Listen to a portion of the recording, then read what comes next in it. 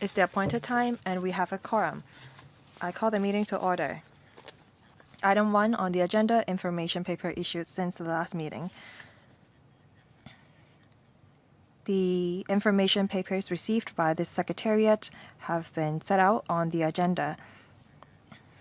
Let's move on to the next item, items for discussion at the next meeting. The next regular meeting will be held at 2:30 p.m. on the 1st of September 2025, Monday, to discuss the following two items. A, performance of the environmental targets and initiatives of the Hong Kong Housing Authority in 2024-2025, and B, smart estate management promoted by the Hong Kong Housing Authority.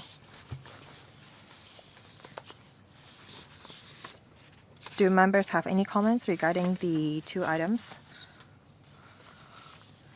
If not, let's move on to the agenda proper today. Item 3, latest progress of transitional housing projects. Let's first invite the government representatives to enter the room. With us today are Mr. Victor Tai, Undersecretary for Housing, and Mr. Cyrus Chen, Principal Assistant Secretary for Housing of the Housing Bureau. Welcome.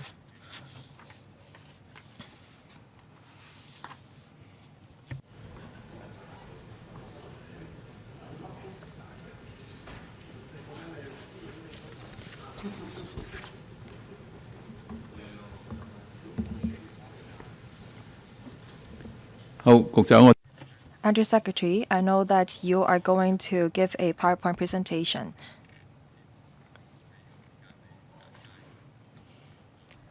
Over to you.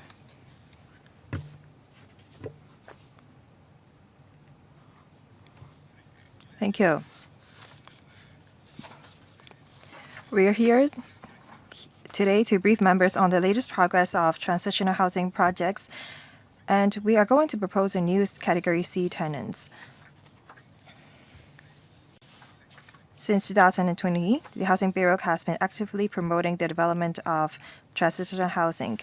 The government have undertaken to provide over 21,000 units, which is exceeding the original target of 20,000 units. Currently, there are about 18,400 transitional housing units that have been put into service. Under the funding scheme, the Assessment Committee has approved a total funding of about 54 projects in total, which could provide a total of 19,200 transitional housing units. The funding amount involved is about $10.08 billion. As at the end of May 2025, the average occupancy rate in the urban and extended urban areas was about 88%. For the projects in new territories, the average occupancy rate was about 70%, with the overall average occupancy rate of the projects as around 83%. The transitional housing units, TH house units, have been welcomed by citizens in need, with the occupancy rate of more than half of the TH projects remaining stable at 90% or above.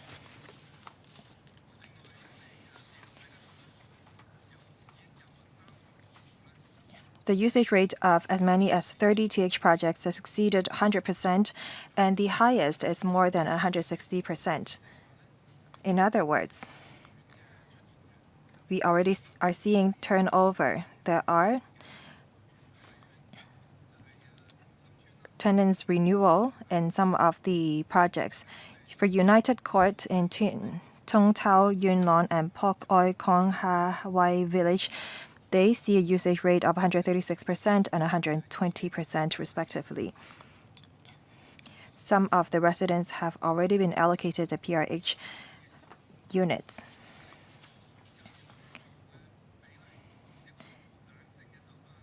We also adopt a flexible approach to adjust the Category A and B tenants ratio to make better use of our resources.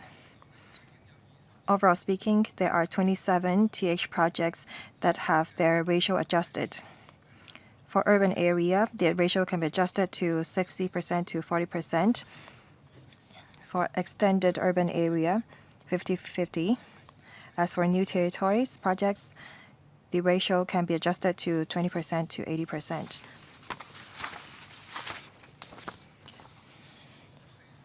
On application, since the launch of the Central Common Application Form and the THE, the Housing Bureau has received more than 32,900 applications.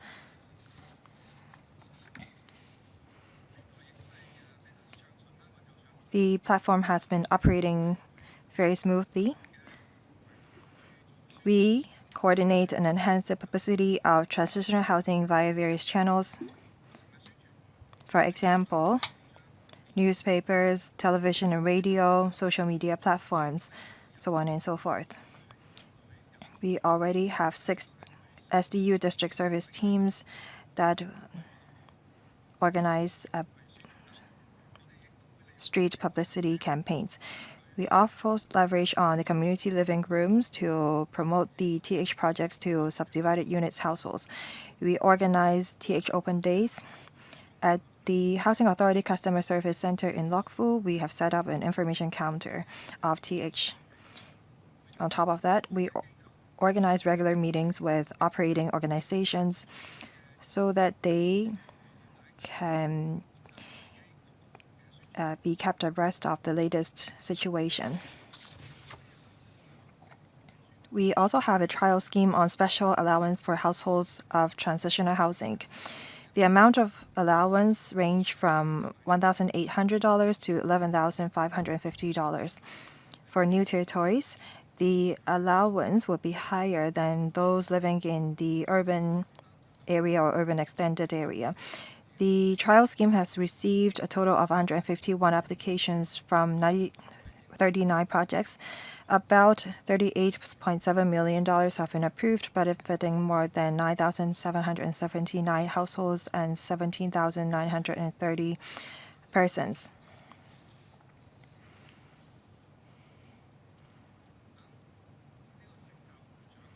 On awards and effectiveness, I believe that many LegCo members have visited TH residents. TH residents are taken care of in various areas, such as their social and welfare needs and housing needs. We're glad to announce that TH has won a number of awards of various types. We have won so far 49 awards, including Smart City Planning, Design, Architecture, Sustainable Development, Social Welfare Management, and Technology Awards, which shows that our TH is widely recognized, both internationally and locally. Many different studies have been published on TH projects. The latest one is the one published by the Hong Kong Shen Kong Wei Welfare Council on research on United Court Transitional Housing in collaboration with the City, University of Hong Kong, University of Hong Kong, Lingnan University, St. Francis University, and University of New South Wales. The research confirms that TH has brought a positive impact on the residents' physical and mental health, sense of security at home, and community connections.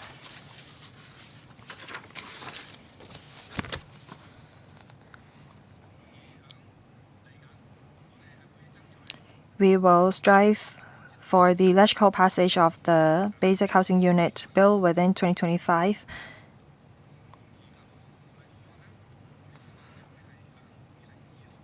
We expect that in March 2026, we are going to roll out the BHU regulatory regime.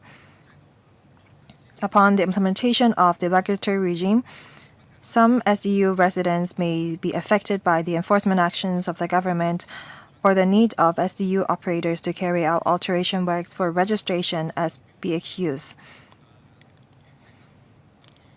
Some of them may not be able to identify suitable temporary accommodation within a short period of time.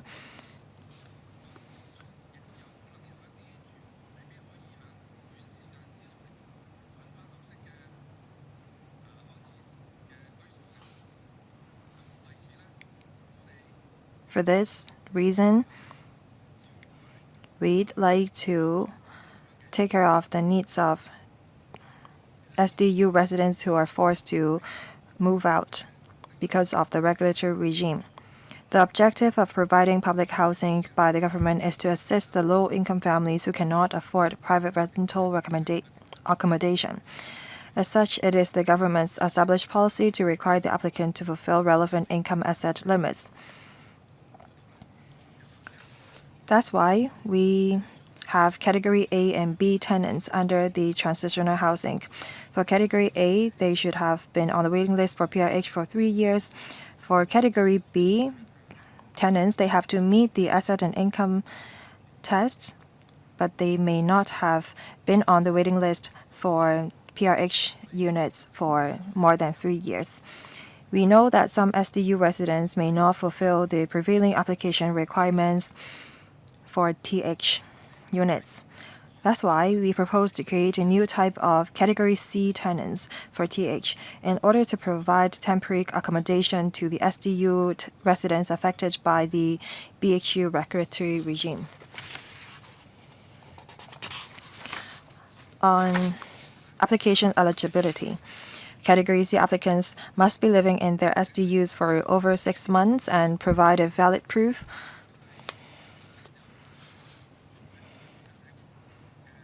For example, relevant documents issued by the Housing Bureau on the enforcement action or referral letters issued by the registered social workers. The applicant must also be 18 years old or above. They should have the right to land in Hong Kong, and their residence in Hong Kong should not be subject to any conditions of stay. At the same time, the applicant should not own any property. As we process the applications, we will only start handling the applications for Category C tenants upon finishing the handling of all Categories A and B applicants. We propose that the number of Category C tenants should not exceed 20% of the total number of units of a project. Units leased to Category C tenants need not be counted in the calculation for the ratio of Category A and B tenants.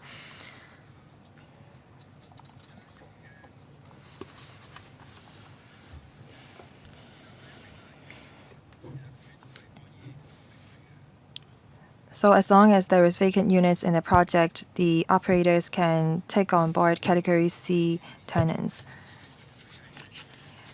The rental should be calculated on a monthly basis. The maximum residential period should be 2 years, shortest 1 month. There will be a 3-tier rental mechanism. For the first year of TH residence, the tenant will be charged the original rent. For the first extension of residence, that is from the 13th to 18th month, the tenant will be charged 1.5 times of the rent. For the second extension of the residence, that is from the 19th to 24th month, the tenants will be charged double the rent.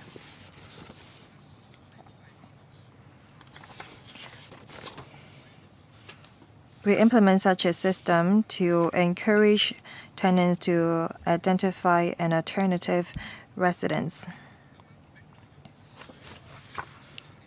After the Category C tenants have reached the end of their residence, and if they are still not able to identify an alternative residence, then we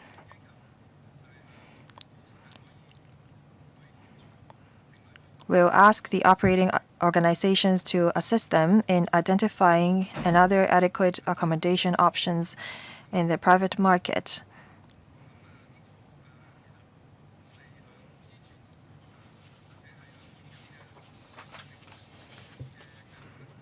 In the existing TH project, such service is required of the operating organizations also.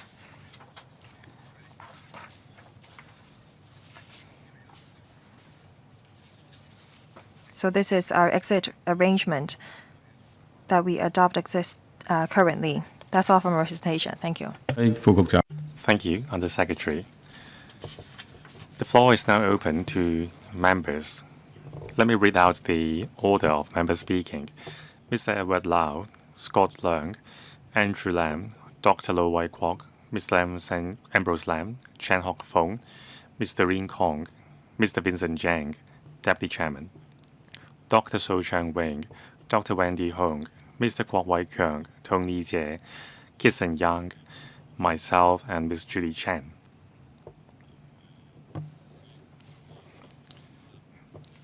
Questions and answers included. Each member will have 4 minutes. First, Mr. Edward Lau. Thank you, Chairman. Transitional housing is indeed helpful for those who are not eligible for public housing units but can't afford the rent in the private market. So we recognize the merits of the scheme. Now, with transitional housing being built, the occupancy ratio is different across various districts. Now, with the addition of Category C tenants, it can ensure the consistency of policy.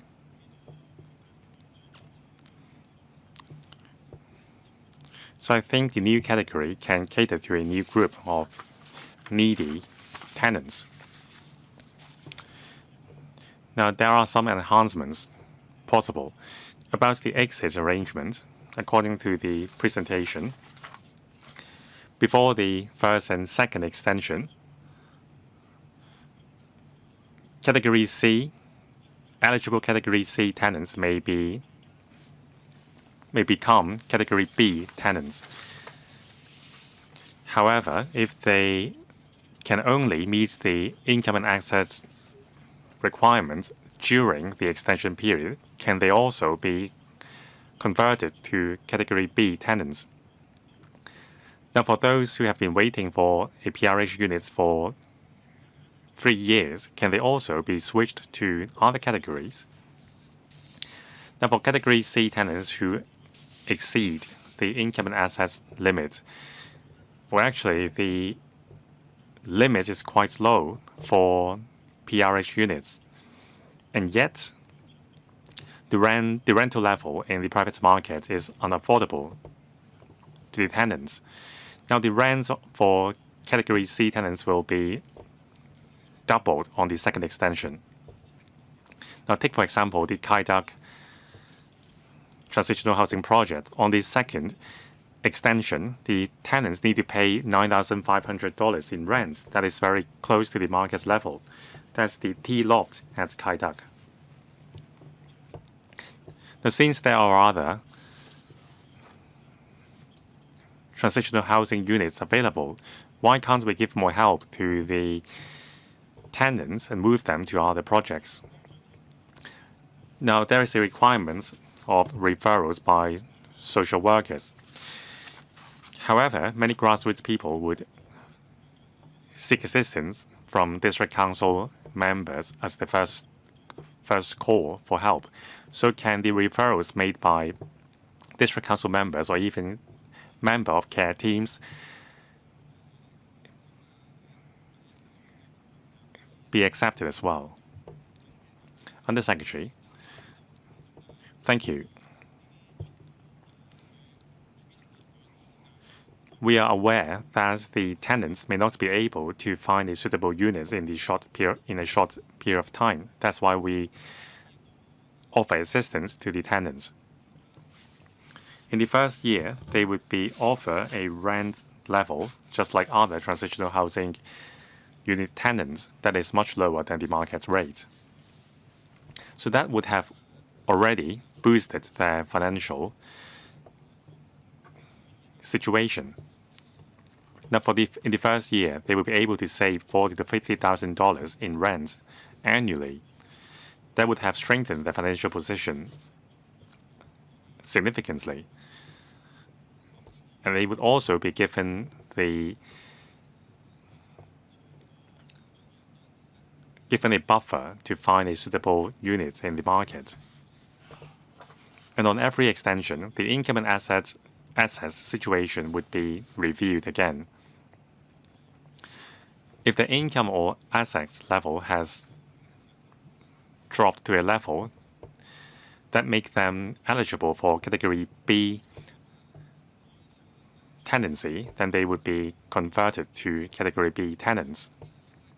Now, about the level of rent, which is similar to the market level on the second extension, that's a feature by design. We want to incentivize the tenants to find their own housing units in the private market as soon as possible.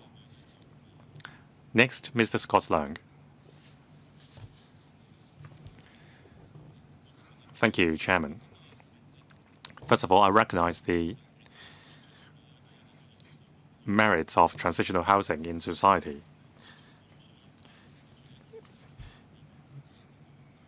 That will help improve the living condition of many families living in inadequate housing and need urgent housing. Now, some facilities would be open for the use of community organization to organize activities for the entire community. Now, I am aware that there have been some collaborations between transitional housing estates and some other community organization to organize very beneficial activities for the public. Now, about the referral upon application. For example, a document in relation to the enforcement of SDU is needed. So when the SDU that the families are living in are substandard, then an enforcement letter would serve as a proof. Now, for flats undergoing alteration, resulting in loss of accommodation for the tenants, a more convenient method may be a letter from the landlord stating that the unit is undergoing alteration. So can the Housing Bureau create a standard template for the landlords to sign to serve as a proof for applying for transitional housing? That would save a lot of time in application. Now, about administrative cost. Now, when the families leave the TH estates in a short period of time, they have to pay a small sum of administrative fee. Now, the rent level in the private market is about $2,000 to $5,000 in terms of SDU. So can the government set a cap as the administrative cost, for example, $500? That would be a clearer arrangement. Now, finally, in terms of offering assistance to tenants to find another house. Now, for elderly people, despite their income and assets, despite not meeting the income and assets limits, they have a lot of difficulties finding a house in the private markets because the landlord would be reluctant to lease a house to the elderly people. So can discretion be given to elderly people and defer their exit to avoid homelessness of the elderly? 3 questions. Under Secretary. Thank you, Chairman. I thank the member for his questions as well. In terms of referrals, it is clear if there is an enforcement action by the housing department, then the enforcement letter would serve as a proof. Concerning proof offered by the landlord, now, first of all, the tenants must have lived in the units for more than 6 months. If there are alternative proof, for example, tenancy agreements, we will deal with them flexibly. Now, concerning units under modification, now under the lease or rental control mechanism, the landlord cannot evict the tenants just for the sake of modifying their units. In terms of administrative cost, now the administrative fee is just a proposal. The maximum level is half a month's rent. So we would like to hear more views from the stakeholders, including members and also the operators of the TH projects. We will consult them about the ideal level of administrative fee. Now on elderly tenants,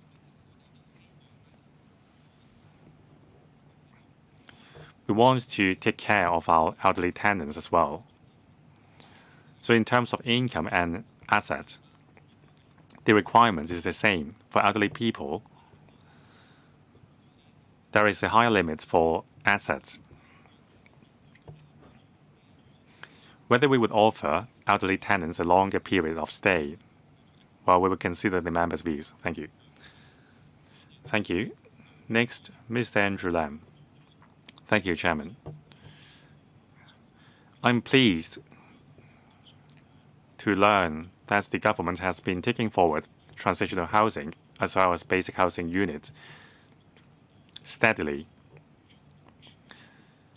Advanced planning is being made. The addition of Category C tenants is such a move. Two questions. I saw a lot of figures in the paper. Simply put, there are 21,258 units being provided. Some have ceased operation, so the actual number is 18,443.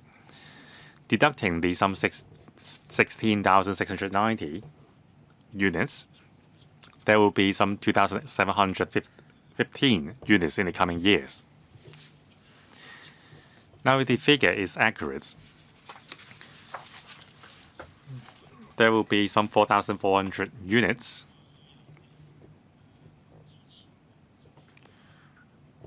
where population intake has begun by 2022.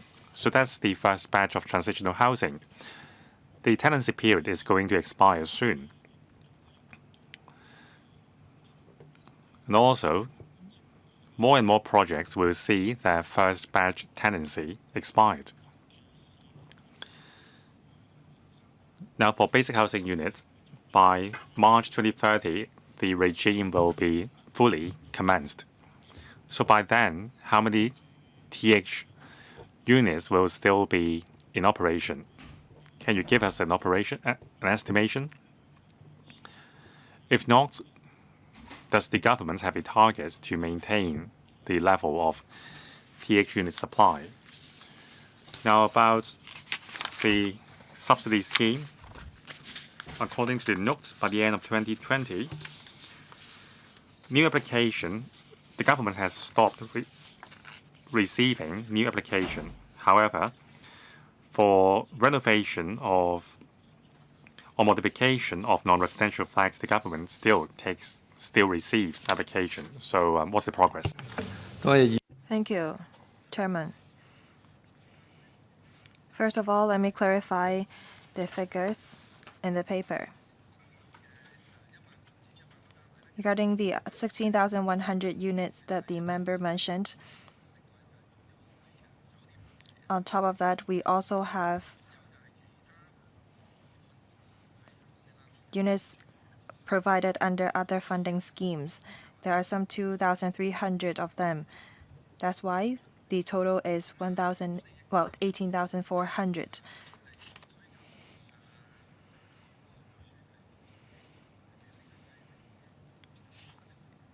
Some of the sites may need to be reverted to its original purpose. That's why some of the projects will be put to an end. In 2026, there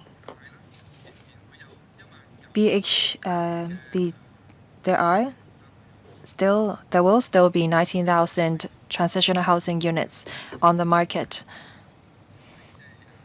Regarding the basic housing unit regulatory regime, How many TH units will there be when it commences?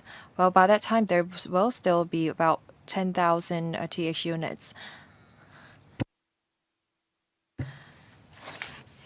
Regarding whether new applications are to be received, we have recently approved of one project at Yaotong.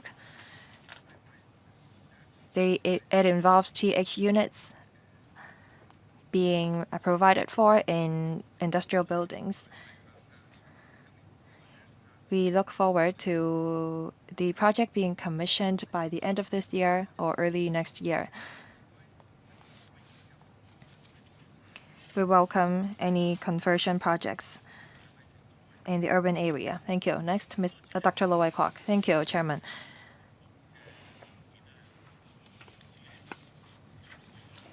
There are two major parts to the paper submitted by the Housing Bureau.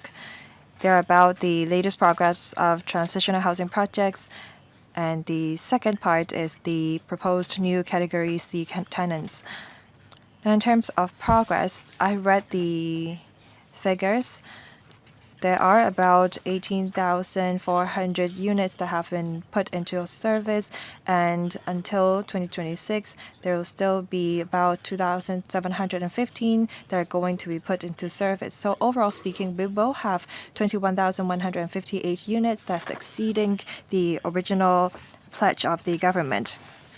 For projects that have been put into service, we are already seeing turnover. So some of the occupancy rates of some of the projects has exceeded 100% because many of the residents have moved into public housing. So I believe that the target will be met. I applaud the government for that. Regarding the proposed new Category C tenants, I think that this is a very pragmatic approach to help residents who are in genuine needs. Chairman, we met with many SDU households together with the complaint department or division. Many SDU households are singleton elderly. They are not qualified to become a PRH tenants because they have exceeded income asset limit, for example. These SDU tenants are worried about the PHU regulatory regime because they are worried of being rendered homeless, about not being eligible for PRH units. If their SDU landlords quit the market or if they have to alter their units, then the tenants may have to relocate somewhere else. I think that by allowing these tenants to live in TH units, that will help them. However, if we help them for too long, then that may not be fair for tenants on the waiting list for transitional housing units. Because these tenants are not eligible for PRH units, after all. I think that we should tide them over during this difficult time. After the first year of TH residence, the tenants will be asked to pay a high rent. I think that's inevitable.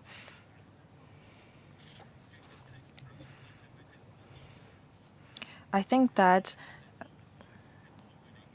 the government should help tenants match with the appropriate accommodation under the basic housing unit regulatory regime. Because some landlords may not be able to identify suitable tenants and vice versa, I think that the administration should step in to provide assistance for landlord and tenants matching. Thank you. Undersecretary, thank you. I thank the member for his recognition.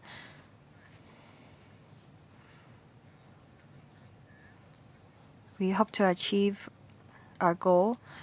We do see that there are SDU elderly tenants who don't meet the income asset limit or requirements for PIH units. However, some of them simply don't know how to apply for PIH units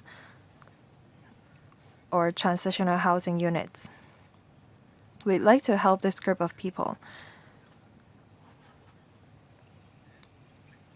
I think that this group of tenants will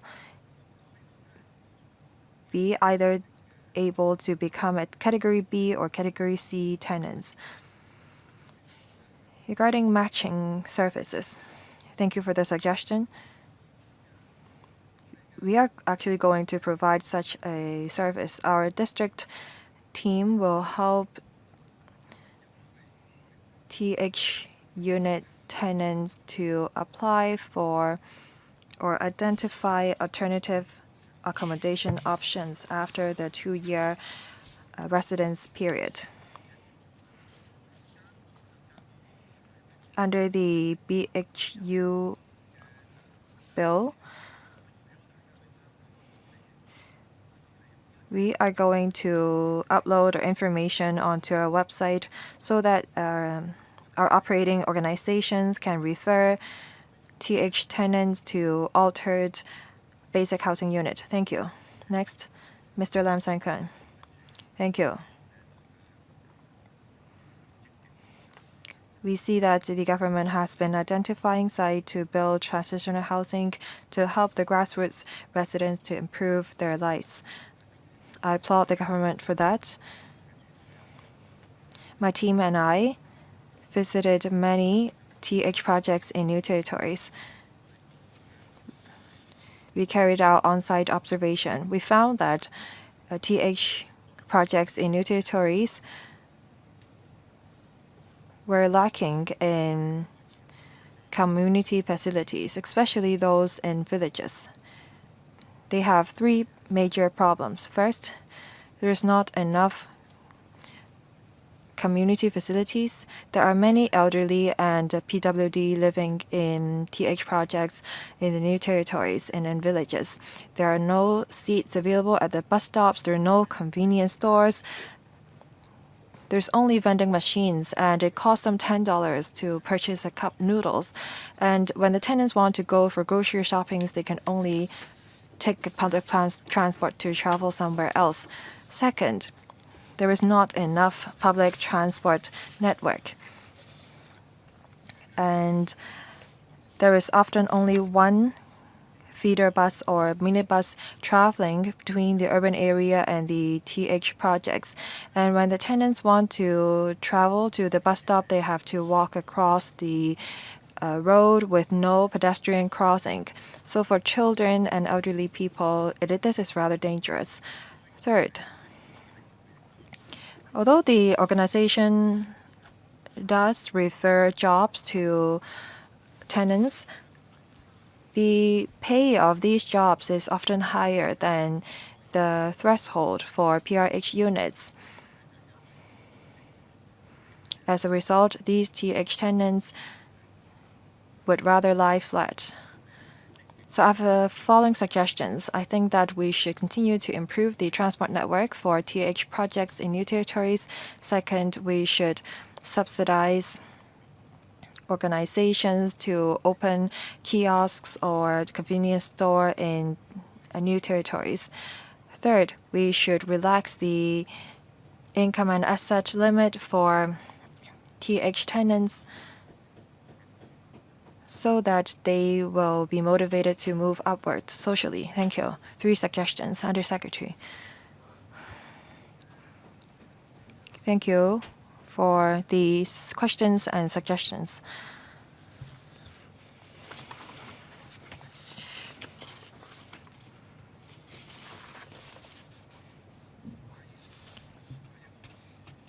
It's a good thing that the operating organizations were able to identify job with good pay for the TH tenants because we want to encourage them to move upward. There are TH tenants who were able to identify a good job and even though they may not be eligible for PRH units, they were able to purchase a private property or rent a private property unit. And I know that some TH tenants are already saving up to pay for a private property.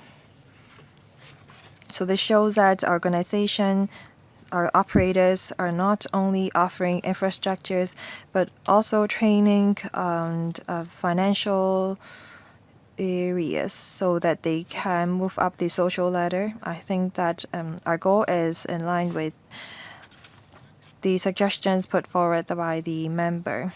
Regarding the third question as to whether we're going to relax the income and asset limit. If the TH tenants are able to increase their income and move upward,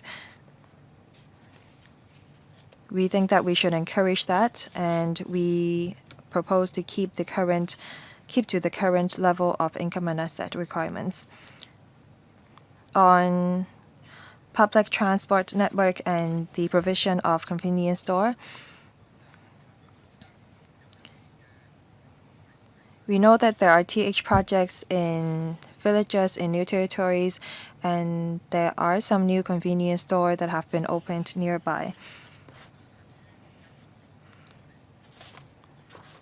And we have been talking to the transport department.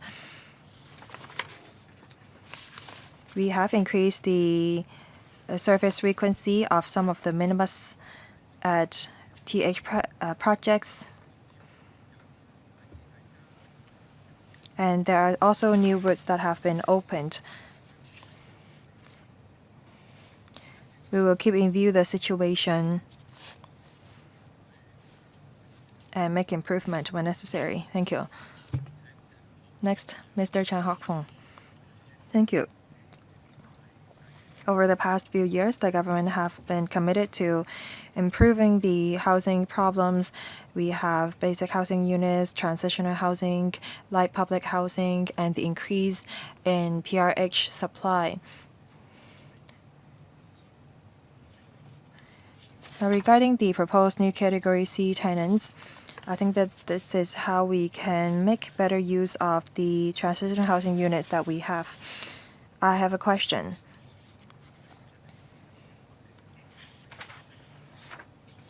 You have relaxed the income and asset requirements for Category C tenants because as long as tenants have been living in the SDU for over 6 months, they will be eligible for the TH project. These tenants' income and asset may be higher than the limit for the PRH units. I think that most SDU or Category C tenants will be in the new territories because there are more vacant units there.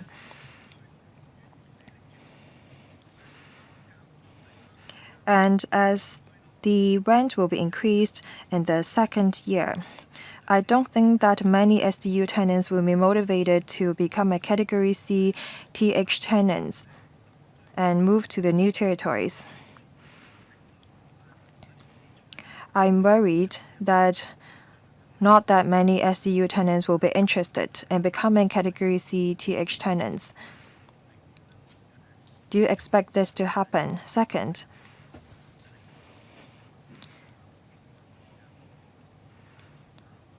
I know that there is a maximum period of residence, and in 2026 there will still be 19,000 units. So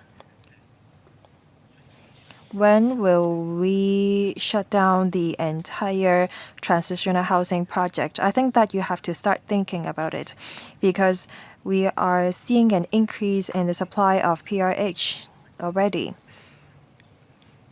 If you don't think about that, in the future, we're going to have Category C, D, E tenants. And this may result in competition. Thank you. Undersecretary. Thank you, Chairman. First of all, on the supply of existing transitional housing units, that when we look at supply, we should look beyond just the TH units. We have to look at the entire picture. Now, in the next 5 years, there will be some 169,000 units provided. For transitional housing, there will be 21,000. In terms of supply, it is very adequate. Now, when more and more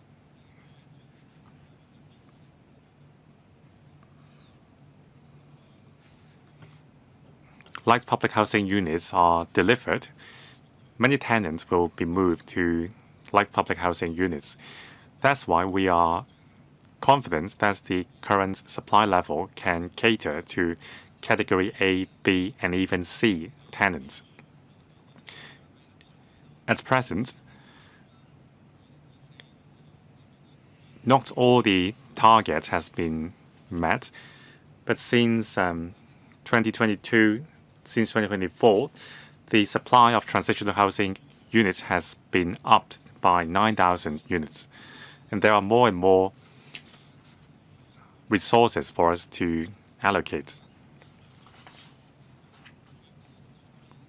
Now, since most of Category A tenants will be eligible for light public housing, the turnover and also the available capacity in transitional housing estates will be much higher. So we are confident we can take care of Category C tenants. In terms of the exit strategy of this scheme, now at different points of time, there will still be transitional housing units around. Now, with the introduction of the Basic Housing Unit Ordinance,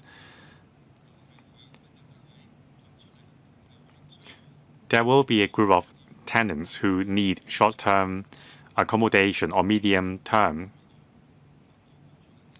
accommodation when the SDUs they are living in are undergoing modification. So there will still be a lot of turnover in the market.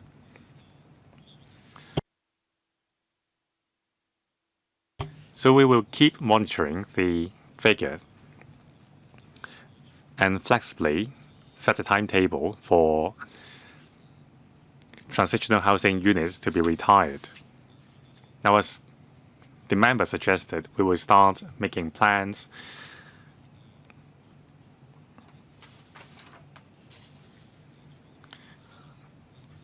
and formulate a comprehensive plan with BHUs in mind. Ms. Doreen Kong. Thank you, Chairman.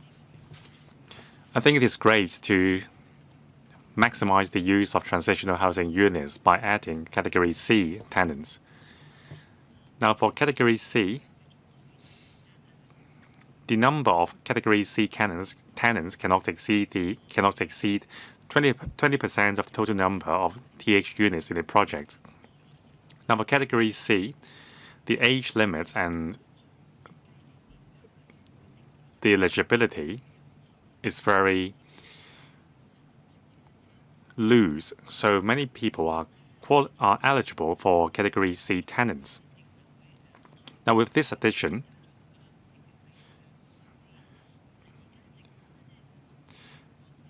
the administrative costs will be higher for each project. Now, we only have some $1.52 billion left in the transitional housing fund. So will that affect the supply of TH units in the future? Now, one of the conditions for Category C tenants is urgent accommodation need arising from enforcement of BHU regime. So will that cover tenants in SDUs in industrial buildings? Now, the trial scheme to support transitional housing projects by NGOs will expire next month. So will the scheme be extended?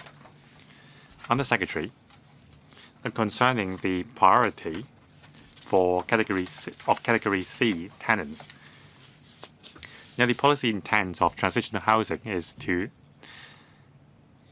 take care of Category A and B tenants who meets the income and assets limits. And then, when there is still capacity, we will cater to Category C tenants. So we will stick to this priority.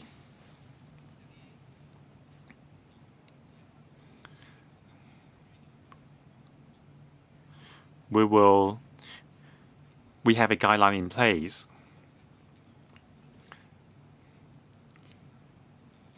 to the effect that the operating organizations of transitional housing projects will prioritize elderly people and those tenants with physical needs. So that applies to Category C application as well. Now, administrative fee.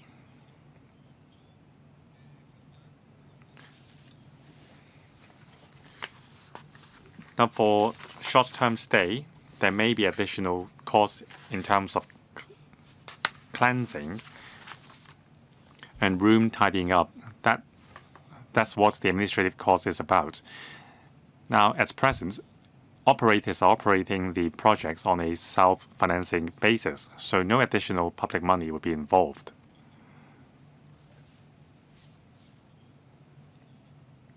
Now, about tenants living in SDUs in industrial buildings.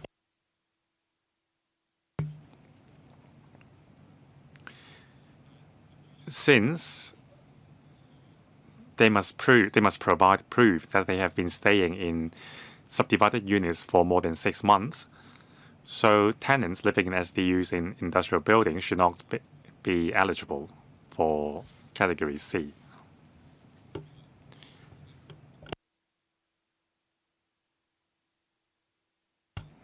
Now about allowance.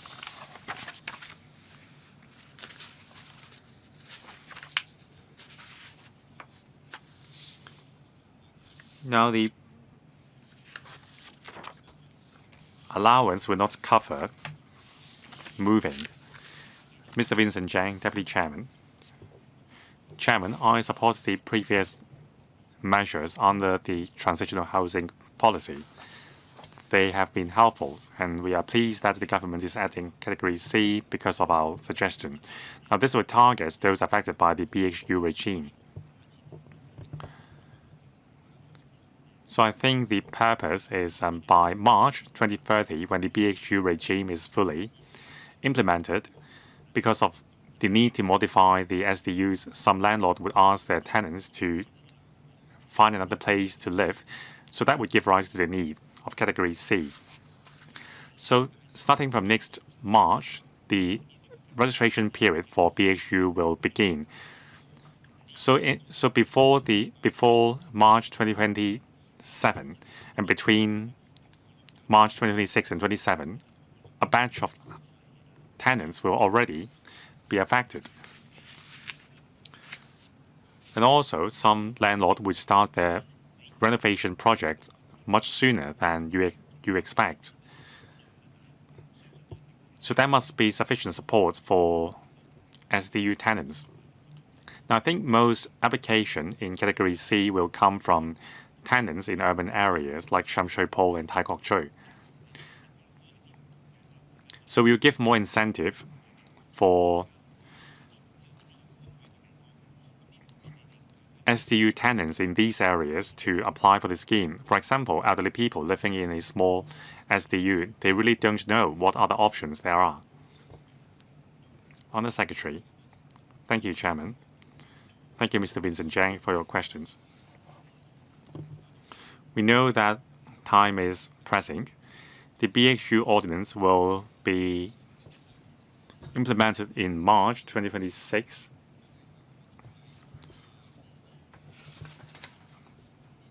Now, when the bill was passed, we expected a transitional period or grace period. So Category C, the arrangement will begin since the implementation of the BHU regime. Well, actually, when landlords would like to renovate their projects,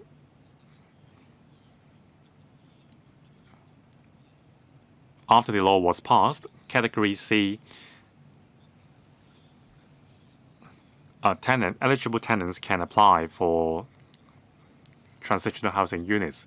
And we have 16 district service teams. They have been paying visits to SDU households. We also welcome any referrals or inquiries from those in need. Supporting services could be offered, for example, referrals or application for transitional housing units. The service teams can refer the tenants to a suitable transitional housing estates or offer help in terms of moving and arrange for care teams to help them. So we will publicize the service of our service teams. So during the enforcement of the BHU regime, we will step up publicity through social media platforms as well as announcements in public service. A follow-up question, Chairman. Category C targets tenants who need to move because of the BHU regime. Now, for some people living in SDUs, they can't prove their tenancy because there is no contract to speak with. So can you offer help to them? Would there be a more relaxed approach in vetting their application? For example, referrals by social workers. We will try to be flexible as long as there is little proof to show that they have been living in SDU for more than 6 months. They would qualify. The intent is just to prevent abuse.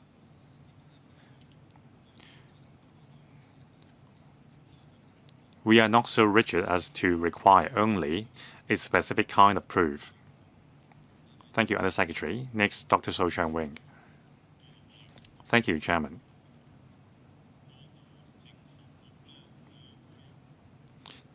Now, in terms of scale and progress,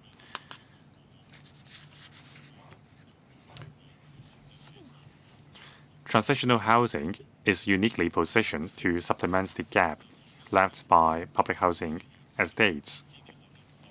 The government has invested more than $10 billion into the project.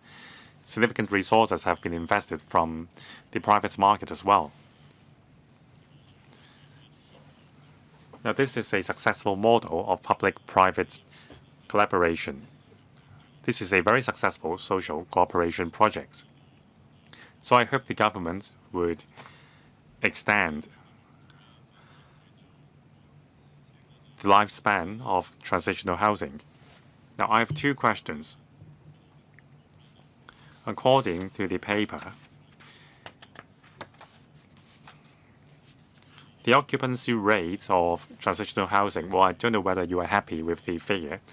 Anyway, in urban areas, it is 86%. For new territories, it's just 71%. Now, with that in mind, my question is,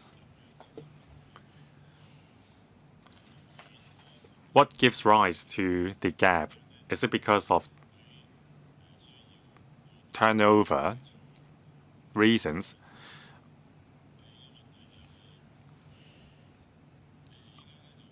Or is it because of lack of referrals?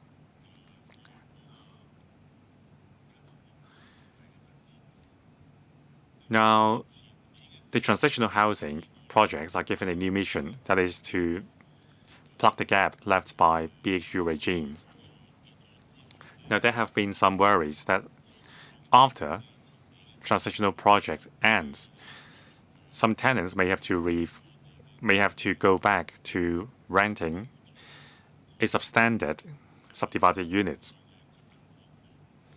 So the standard of transitional housing units, how does it compare to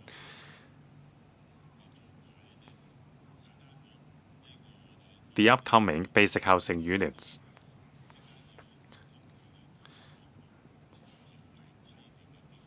Is the standard of transitional housing units on a par with BHUs? 多謝議員嘅提問。 Undersecretary, thank you. First question on occupancy rate. For urban area, the occupancy rate is 88%. For new territories, 70%. The occupancy rate is indeed lower. Previously, for both urban area and new territories, the occupancy rate was 90%. There are many reasons to that. From 2024 to the early this year, there are some 9,000 units that have been commissioned.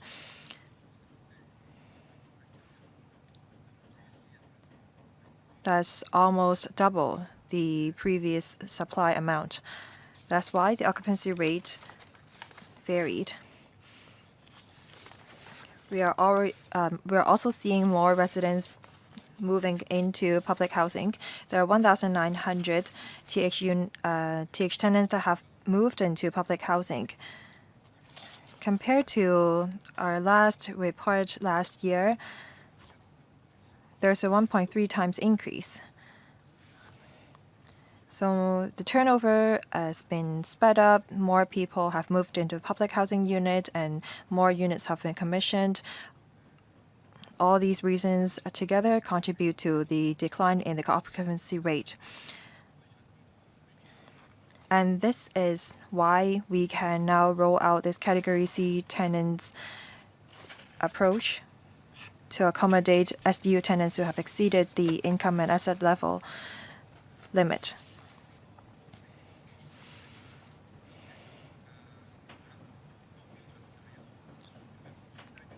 Transitional housing unit adopts the lowest standard. They come in different sizes.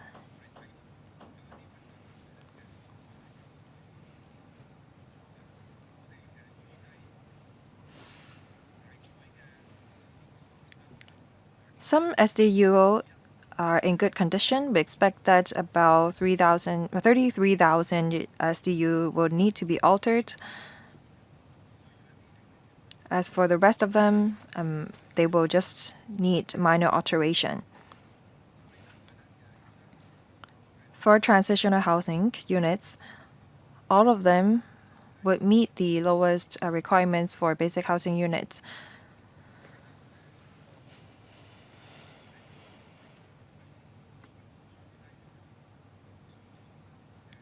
So in other words, we believe that in future, both the BHU and the TH would meet the lowest housing requirements in Hong Kong. Dr. Wendy Hong, thank you. I support the proposed new Category C tenants for SDU tenants who have their income and asset limit exceed the requirements to be housed in TH projects, and this will solve the low occupancy rate in some of the TH projects. I have some questions.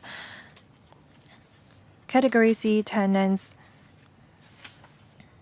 in the first and second extension of residence, if they meet the PRH requirements, they can become Category B tenants to continue to live in TH projects. I think that this is rather strange because we roll out this Category C tenants to accommodate the BHU regulatory regime. We don't want tenants to lower their income and asset level in order to meet the requirements for Category B. I think that the government should encourage Category C tenants to improve their income and asset level so that they can identify a suitable long-term accommodation. We should not stress that as long as their income and asset level is low enough, they can stay in TH projects. The government have approved $11.6 billion for the funding, and only $10.8 billion have been spent, so we have $1.5 billion left. Now, funding scheme no longer accept new applications, but only applications for TH converted from residential or non-residential buildings. So will the government seek additional funding in the future? Third, There is a trial scheme on special allowance for households of transitional housing, and this scheme will end this August. Will the government put a stop to this trial scheme? If not, will the Category C tenants be eligible for such a special allowance? Thank you. Undersecretary. Thank you for the question. Regarding the three-tiered rental system, whenever the tenants renew their lease, we have to look into their asset and income level. If the income and asset level of the tenants do fall below the threshold for PRH units, then they will be eligible for becoming a Category B tenants. As mentioned, the operating organization do refer jobs to tenants, and tenants save much rent during the first year of TH residence. And we believe that as they stay in the TH projects, they will be able to save up and identify an alternative accommodation towards the end of their residence. The operating organizations will teach and train the relevant tenants so that they can make improvements over time. That's what we want to achieve.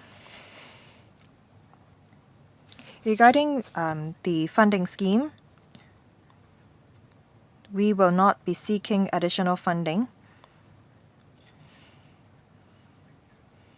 We do have some fund remaining, and that's why we are still accepting applications for TH converted from residential or non-residential buildings in the urban area. There is a new application from ATH projects in Yaotong, and we look forward to that. And this Yaotong project will be commissioned by the end of this year or early next year. What about the trial scheme on special allowance? My apologies. Well, Category C tenants will not be eligible for the trial scheme on special allowance. The trial scheme will continue. If I may remind members,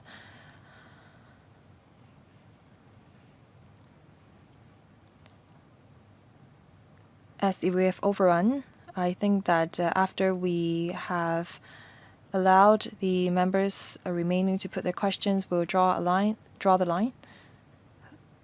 Please keep to the 4-minute time limit. Mr. Kwok Wai-kan. Thank you.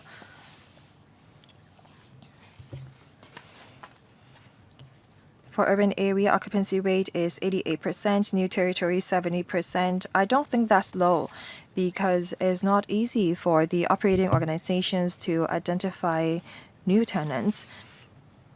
And as we are seeing an increase in PRH unit supply, that's why more TH tenants were able to move into public housing. That's why the occupancy rate has not reached 100%. I'm glad to see that. Against such background, we should try to help as many people as possible. That's why I support the proposed new Category C tenants. This offers SDU tenants an additional choice. The BHU regime will not be implemented until next year.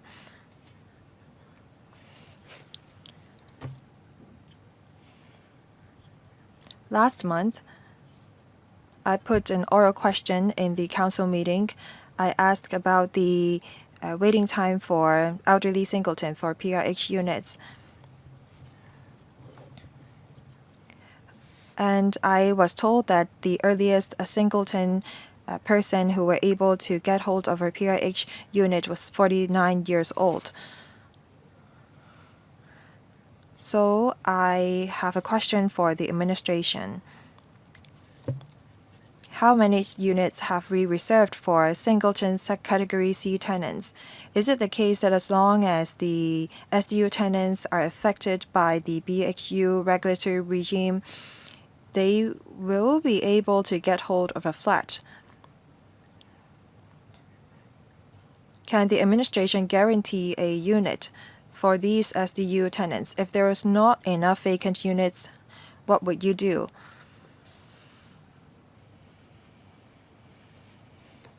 If we see another waiting list, then that's not ideal and is not what we want to see.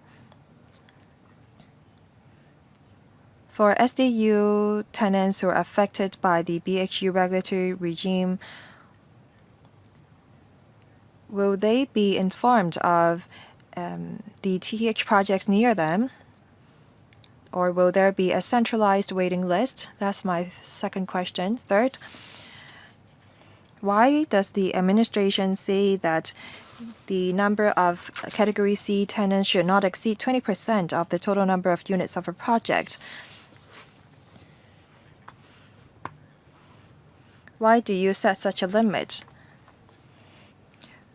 If the operating organizations have so many vacant units and they cannot identify Category A and B tenants, why don't you allow them to allocate these vacant units to Category C tenants? Undersecretary, thank you. We set the limit at 20% because we have estimated how many SDU tenants would be needed to be relocated.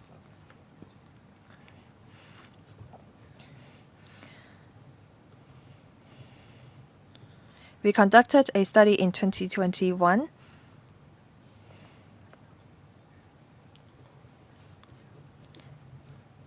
There are 48% of SDU tenants who are waiting for public housing. And among these 48%, there are 25% of the SDU tenants who are not able to be on the queue for PRH units because they have exceeded the income and asset level. In other words, about 12% of the SDU tenants, that is about 12,000 SDU tenants, that will not meet the income and asset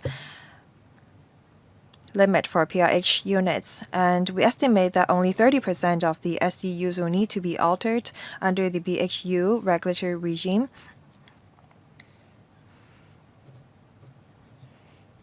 So approximately 4,200 SDU tenants will become Category C TH tenants.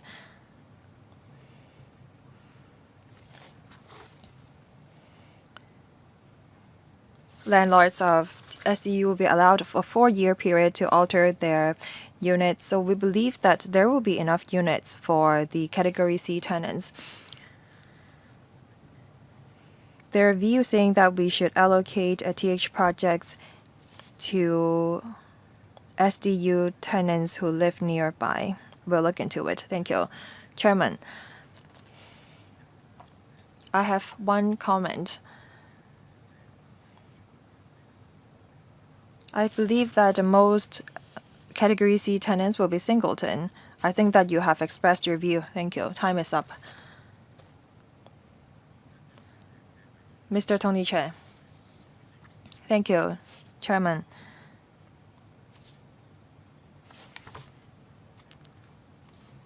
Many members have talked about the transitional housing projects, and they have given us their views. We all want to make the best use of our resources. We have spent much resources on transitional housing projects, and their lifespan is rather short. The Undersecretary explained why the occupancy rate of different projects vary.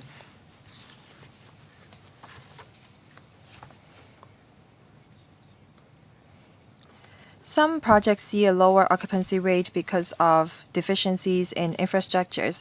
I think that the operating organizations will need to look into the problem imminently because the lifespan of these projects are so short. I have a question for the Undersecretary. We're going to see a Category C tenants. These are tenants with imminent housing need. So what does it mean by having imminent housing needs.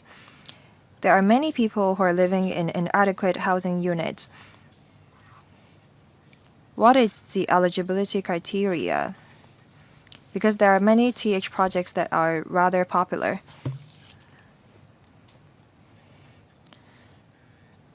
Second,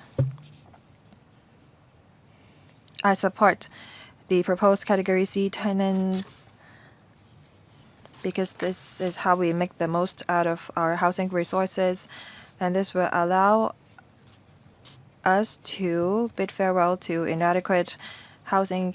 Thank you. 局長回應。 Undersecretary. Thank you, Chairman. In terms of the definition of imminent housing need, we have laid down some guidelines for the operating organizations to follow. For example, poor living environment and also imminent housing need. For example, being subject to domestic violence, loss of accommodation because of natural disaster, financial difficulties, unemployment, or eviction. These are all imminent housing needs. And there are other factors to be prioritized. For example, physical or mental health needs, and also chronic disease, stroke, etc. Besides,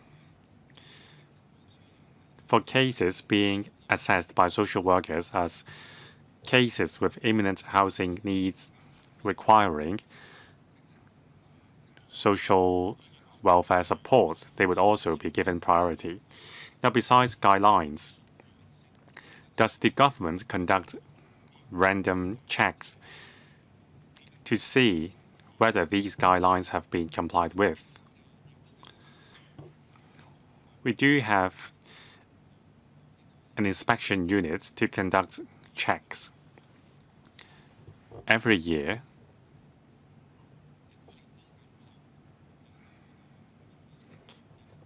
Audits would be conducted, and also there are audit reports as well.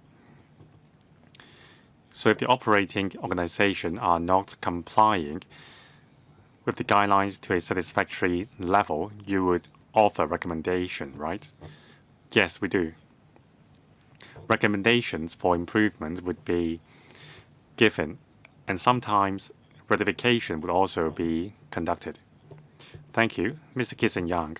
Thank you, Chairman. First of all, I support the addition of Category C tenants under the TH projects. This is a timely move because we are going to have the BHU regime soon. So I support the proposal, but I have several suggestions. First of all, the ratio.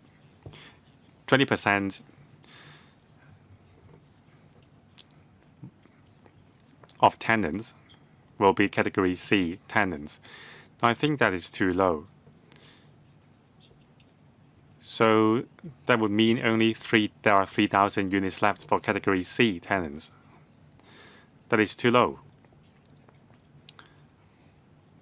So for Category A and B, I believe there will be appropriate adjustments to the ratio as well.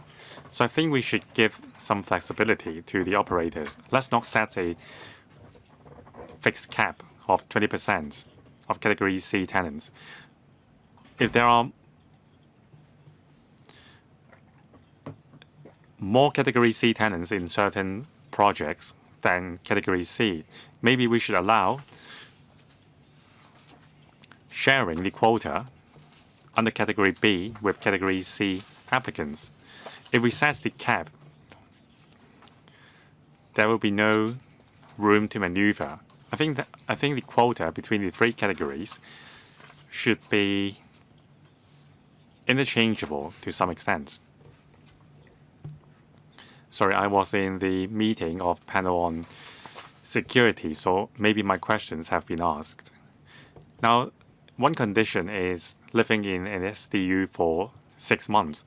Well, again, can we be more flexible? SDU tenants don't know when their units will be put up for renovation. So if they have only lived in the SDU for 5 months and then they are evicted because of renovation, they would be left out. Now, in terms of operators are required to help the tenants to find a suitable flags in the market. That's great.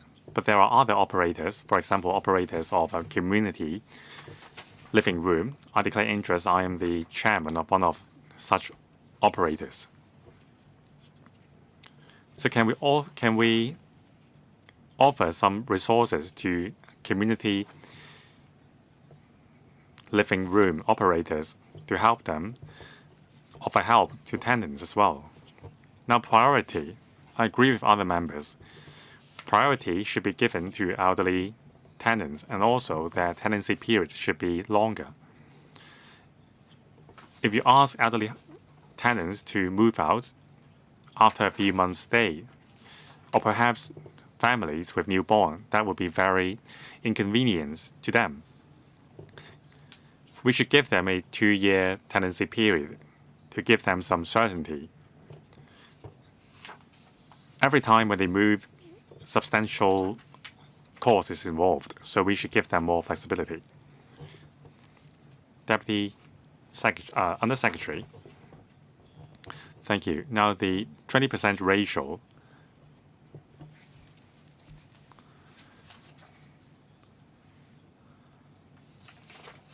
That is a similar figure to the ratio of SDU households which are not eligible for PRH housing. Now, as I said, in several districts in the urban areas, there are more SDUs.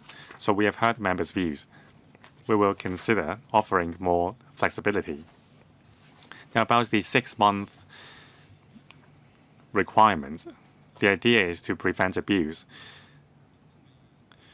If the household has stayed for less than 6 months in one SDU and then stayed for a while in another SDU, then if the aggregate period is longer than 6 months, they would fulfill the requirements. Now, actually, landlord cannot evict the tenants if they are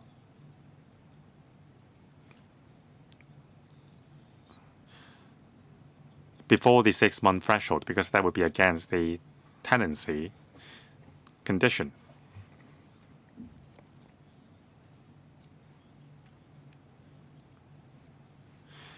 Now, the government will consider offering help to any parties, including community living room operators. Now, about longer tenancy period for elderly tenants, we will consider this suggestion as well. Thank you. Now it is my turn. I declare interest. I'm the chairman of the Lok Kwan Community Organization. Our organization operates transitional housing as well as an information platform for SDU. So first of all, I support the measure to provide help to tenants who may be affected by the implementation of the BHU regime. But as many other members have mentioned, the supply of transitional housing units may be underwhelming.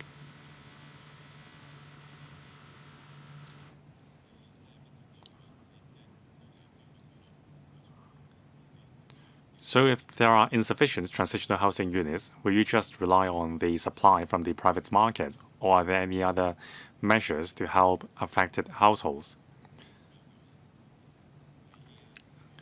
If there are insufficient transitional housing units, will you also add a category C to light public housing? Will there be a similar mechanism? Also, we need to prioritize some tenants if the supply is insufficient.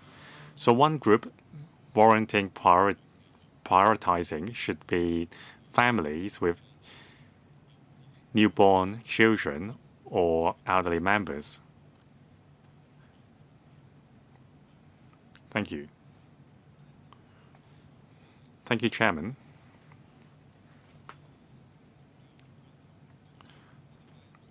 On whether the supply of transitional housing would be insufficient for Category C tenants, well, let's look at the overall figures. In 5 years' time, including light public housing, there will be some 189,000 units plus 21,000 transitional housing units. Now, we have discussed the exit strategy for transitional housing. By 2026 and 2027, there will still be a large number of transitional housing units in the market. So when light public housing units are delivered, and when there are more supply of traditional public housing units, and then there are still a lot of transitional housing units around, we are sure the supply will be sufficient.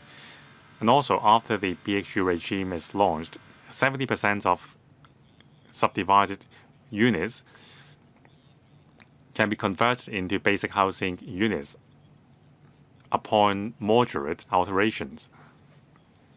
Now, for those 33,000 units requiring major alterations, some of them will indeed be converted into basic housing units. So we don't foresee a major plunge in the supply level in the market. Now, with transitional housing, light public housing, and conventional public housing units, we believe that the supply level will be sufficient. In terms of allocation of transitional housing resources, I agree with the chairman's point. That's why, in allocating transitional housing units, we have a set of guidelines. For example, imminent housing needs, patients in the household, and also household formation. There will be a prioritizing strategy. Lastly, Ms. Judy Chan. Thank you, Chairman. First of all, I recognize the government's efforts. We need to treasure our scarce resources to help those in real needs. So we should applaud the government's efforts. I have two questions, though. First of all, the timeliness. Now, when we discuss the matter of transitional housing in electrical, I think we all remember that transitional housing was supposed to last only 5 years on idle sites. So there are some 21,000 transitional housing units in the market as of yet. But I think several thousand of them will expire by year 2026. That's the same year when the BHU regime will be commenced. So it's the Undersecretary hinting that the lease will be further extended for those idle sites. Second, in terms of ratio, I understand how you set the ratio. I've talked to the housing department. I understand that the ratio limit is set to prevent abuse. But if there are too many restrictions, it would disrupt the operator's plan. If there are remaining capacity outside of Category A and B tenants, then you can allocate them to Category C. But the number cannot exceed 20% of the total number, and also the Category C tenants will not be counted towards the ratio of Category A and B. That's very confusing. Now, different projects have different ratios. For example, if it is 60-40, if there are idle capacity in the 40%, then it can be assigned to category C. That would be simpler. 咁就 Undersecretary, thank you for the question. Let me first talk about the supply of TH units. As I mentioned, in 2026-27, when the BHU regulatory regime is implemented, there will still be 19,000 TH units on the market. Some of the projects will see an exit, but there aren't that many of them. So by that time, there will still be a large number of TH units on the market. Regarding the 20% cap for the Category C tenants, we try to be flexible. That's why we said that the cap will not be counted in the calculation for the ratio of Category A and B.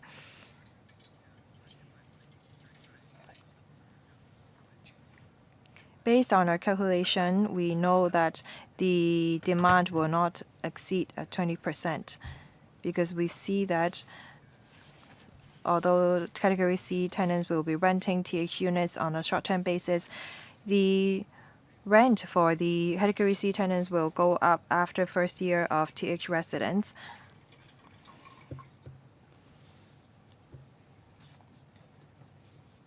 We also don't want to see operating organizations fighting for Category C tenants because they can charge a higher rent from them. We are also trying to be flexible. As long as there is vacant units left, regardless of whether there are units for Categories A and B, they can be let out for Category C tenants. Thank you. Thank you, Undersecretary. That concludes this item. I believe that the administration notes our views. Members in general support and recognize the measures under transitional housing projects and the proposed new Category C tenants. Thank you very much.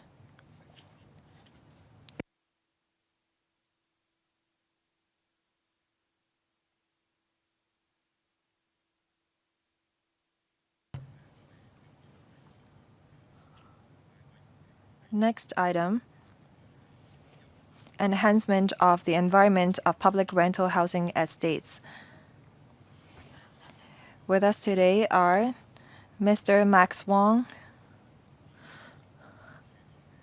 Acting Deputy Director, Housing Department; Mr. Tim Lee, Chief Architect, Housing Department;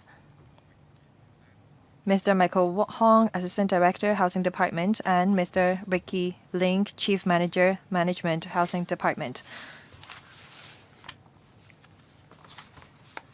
Welcome.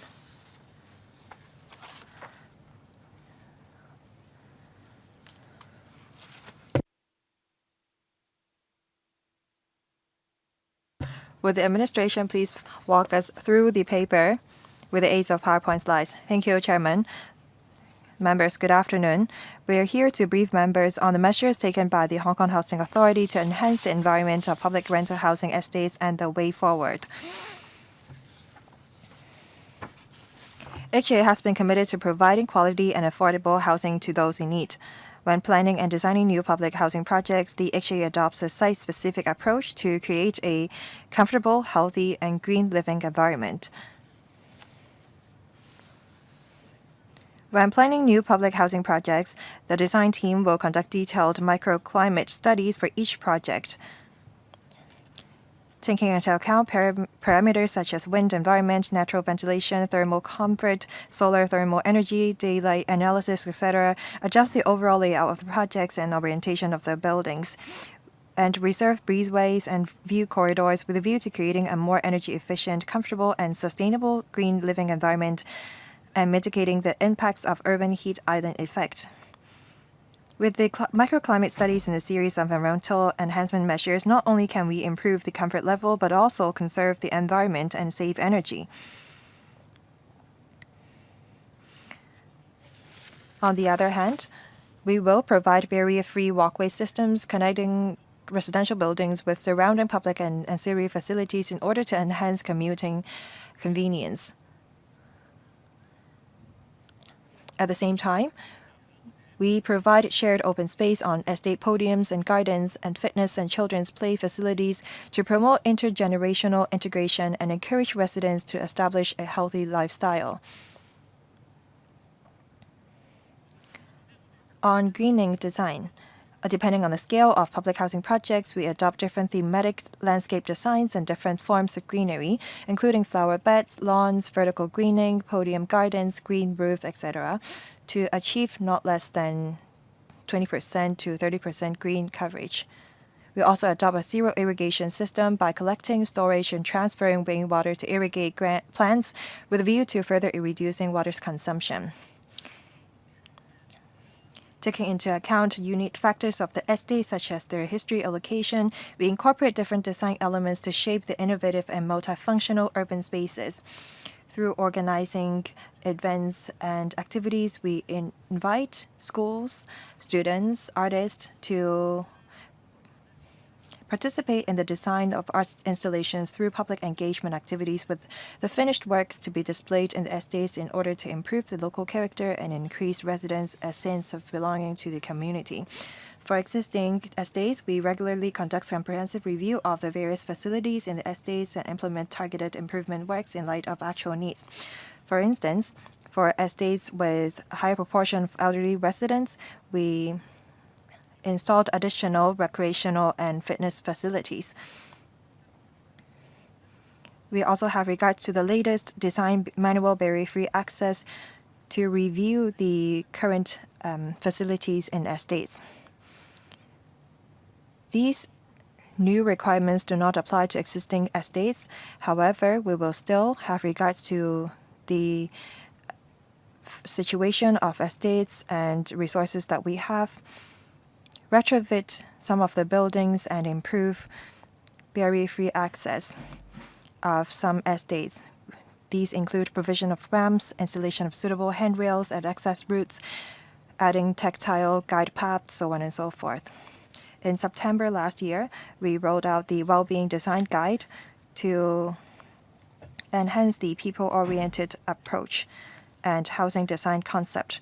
The guide covers 8 well-being concepts, namely health and vitality, green living and sustainable, age-friendliness, intergenerational and inclusive living, family and community connection, urban integration, upward mobility, and perception and image. These ideas are transformed into concrete strategies and design recommendations.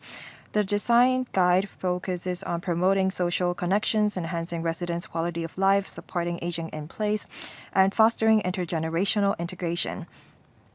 The concepts have been generally and gradually applied to new public housing projects as well as improvement works in existing estates. For existing projects, we can look at Hin Fat Estate. It's located at next to the ceramic kiln in Tuen Mun. We integrate the arts of ceramic into the estates. This will enhance the sense of belonging of residents. Through organizing activities, we encourage residents' participation, and this will allow us to create a closer community network. The design team have worked with different schools and designers to create art murals to integrate ceramics into residents' life. There will also be multifunctional open space in the estates for the organization of different events and activities to knit a closer community network. In Hin Fat Estate, we have a universal service bay for organizing community activities such as health talks and checkup service to promote the physical and mental well-being of residents. Another new public housing estate is the Yip Won Estate in Tuen Mun. It's adjacent to Tuen Mun River cycle track. The well-being design concept focuses on promoting health and vitality and enhancing urban integration, such as enhancing bicycle parking provision in the estate, inviting artists to create bicycle-themed murals, connecting the existing bicycle tracks, and encouraging residents to use bicycle for short-distance travel. We see mosaic, murals, and art installations to enhance residents' sense of belonging. There are also a multifunctional ball court, communal space, and greening space in the estate to promote family and community connection. The arts on the walls cater to people of different age groups. We encourage residents to make use of these recreational facilities. There is also a seats at the ground floor and lean benches in elevators, handrailed in long corridors for residents. We also have hook installed at the mailboxes for residents to hang their groceries as they take out their meals. At lobbies, we have lean benches, as we mentioned, and in long corridors, we have handrails for the elderly to take a break and encourage them to leave home and join the community. Examples of implementing well-being design guide include the Yuan Estate in Chaiwan. The facade beautification works was completed in the first quarter of 2025. The design inspiration draws from the historical background of relocating fishermen from Chaiwan typhoon shelter, along with the concept of from sunrise to sunset. For Pingsek Estate, the first phase of the facade beautification and minor improvement works was completed in May 2025. The redesigned space is tailored for residents of different age groups, promoting intergenerational integration. For Kaiyip Estate, the first phase of the sports ground beautification projects was being commissioned. It has injected impetus and vitality into the estate. The ball court was categorized into different areas by using different colors. This encouraged more residents to make use of the venue. For Ontat Estate, we have made use of colorful geometric patterns which inject energy into the court, and we have also a badminton court at the ball court so that this single-purpose basketball court have been turned into a versatile sports venue, encouraging more residents to use it. For Highlight Estate, there used to be a scattered planting areas. Now it's been turned into a spacious open community lawn. Residents can now take leisurely strolls along the newly created footpaths, and children can play on the grass lawn. These are how we implement well-being guide in new public housing. We will have regards to our experience and the actual usage of these facilities of the residents to devise more targeted measures to improve public housing environment. The HA will keep in view the situation to enhance our quality of service. We have integrated the well-being design in different housing estates, including estates in Kutong North, Fenlin in the northern metropolis, so that members of the public can experience what it's like to live in quality housing estate. This family-centered strategy aims to apply the well-being design to all public housing projects in Hong Kong, enabling residents to experience the big changes brought by small designs. The HA has been striving to promote green living, enhancing estate environment, and sustainable development. We're committed to the government's objective of enhancing quality, speed, efficiency, and quality in housing supply.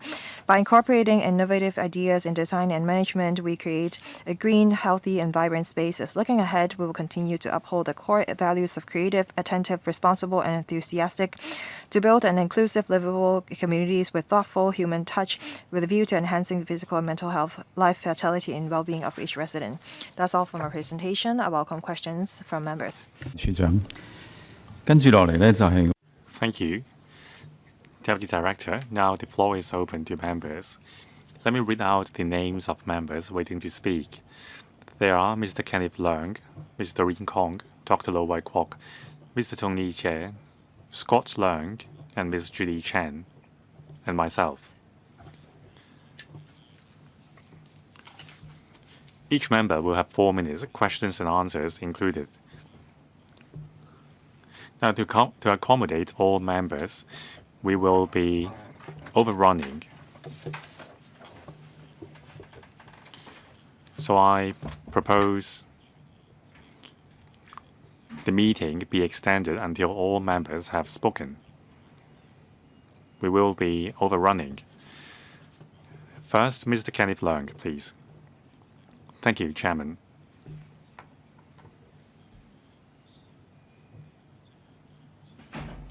Now we saw many innovative and modern ideas in terms of supporting facilities, so I fully endorse the direction. Now, several questions for the Housing Department. Now, there is a survey finding that there are more than 3,000 pieces of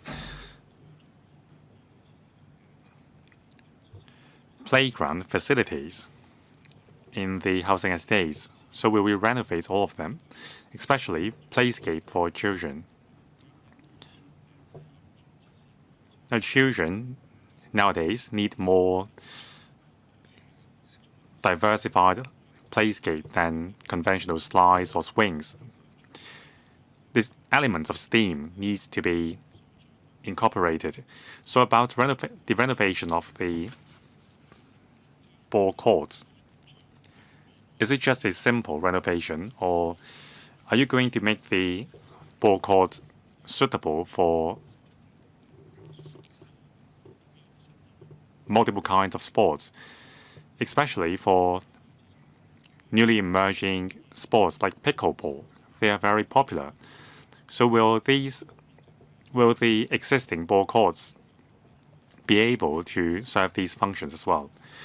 Now, the paper mentioned there is an aging trend of population in public housing estates, so more elderly-friendly facilities have been added to the PRH. So will the government incorporate more current technology designs into the existing and new PRH estates? Acting Deputy Director, thank you very much. In terms of playscape, I would defer to Mr. Michael Hong, Assistant Director, to supplement on the playscape for existing estates. Now, under the well-being design guidelines, our goal is to make our playscape suitable for intergenerational use with a balance between safety, fun, and education. So in designing the playscape, we will consider the availability of space, footfall, and also maintenance requirements. Now, in the past, we had a lot of scattered facilities. Under the new design philosophy,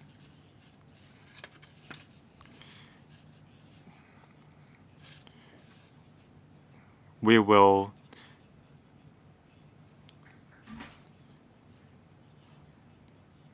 install playscapes as a cluster, and we will allow the young users of the playscape to go creative. Instead of hardware, we will draw boundaries on the ground and also modify the landscape of the playground for young children to be creative. The same applies to basketball courts. There will be more flexibility to cater for new sports. Now, in the past, we construct an entire basketball court. Now we are thinking whether we can break the basketball court into halves so that more facilities like yoga or fitness equipment can be installed. And we will also make use of Internet of Things facilities to manage our facilities. Some pilot schemes are being rolled out, and we will make reference to the results and experience gained to roll out further projects. Mr. Hong. Now, the development direction is the same in existing public housing estates. Now, if we need to replace the playscape, we will introduce more interesting equipment. Same for ball courts. Rather than single-use ball courts, we will try to incorporate more functions in the courts. Now, we will also be reporting to this panel about smart management of PRH. We will provide more details to members then. Mr. Rin Kong. Thank you, Chairman. Well-being design guide and improving living environments in the PRH. This is very important. But in my opinion, well-being design should go beyond the superficial level. If I were a user, I would rather focus on the practicality of the facility. I'm not saying your designs are not practical, but I think you need to take the perspective of the users. And don't forget the older housing estates. Now, when I visit newer housing estates, of course, they are very glamorous. But what about old housing estates? Some of their facades or walls are very old. Now, I went to the Choi Tak shopping mall a few weeks ago. It was completed in 2010. Now, if I remember correctly, it is managed by the housing authority. When I was at the 5th or 6th floor, I gave the toilets a try. Well, all the toilet cubicles were dilapidated. It was very dirty. It was nothing to do with the cleaner. It was just that the toilets were all broken. I couldn't use any of them. Now, it was some 2 p.m. It was very hot, and there were a lot of elderly people in the shopping mall. So in implementing the well-being design, can you consider putting some efforts to enhance those shopping malls managed by you? Now, besides parks, shopping malls are a very important public space for the residents. Now, about elderly people, because of historical reasons, there are more elderly population in certain housing estates. So besides hardware design, for example, putting up hooks or handrails on the wall, what about software? Well-being design is more than just hardware. So how can we inject vibrancy into the housing estates? For example, Oilman estates, it is not lively if you look at the shopping malls and also the estate itself because of the high number of elderly people. So how can you inject more vitality into the estates? Thank you, Chairman, and thank you, Mr. Rin Kong. About elderly-friendly design, I will take the question and I will defer to Mr. Hong on the question about shopping mall management. Now, some housing estates have aged, so how can we enhance the vibrancy? Now, in existing and new housing estates, we are reserving more spaces for government departments and community organizations to organize events and activities. At the next stage, after the design stage, we will reach out to community bodies and other departments to come up with idea of innovative activities for elderly people. We want to encourage elderly people to come out and interact with the community. Shopping Mall, Mr. Michael Hong, please. Thank you, Chairman. Now, we have been having much more communication and collaboration with the residents. Now, before renovation projects are implemented, we would host design workshop. At these workshops, residents, including elderly people, can give us their suggestions. Now, their views are usually very valuable. They have been living in the estate for a few decades, so they know what needs to be improved. So every time they would be helpful to us.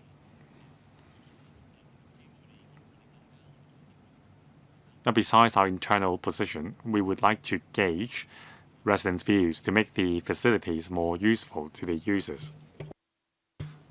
And not just the shopping mall, we would review the condition of other facilities in the housing estates as well and conduct repair and renovation when needed.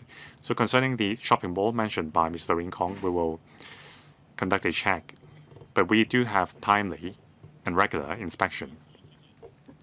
Next, Dr. Lo Wai Kwok. Thank you, Chairman. Now, this is an extension of the report on the well-being design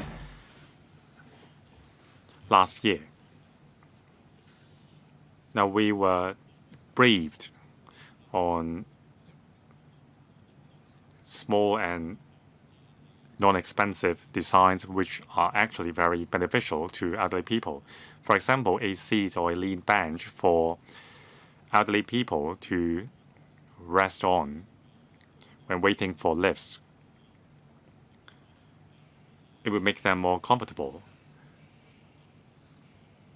And also there are facilities catering to different age groups. So I applaud the government's efforts in last year's meeting. So I'm honored to say that I've participated in some of the designs because I'm a member of the Housing Authority. Now, stoves, or the design of the stoves, now they are now being built with MIC design. It can encourage elderly people to make use of the stoves to cook. Now, I can see that the government is working very hard to make the living environment better for the residents. So today's report is an extension of last year's report.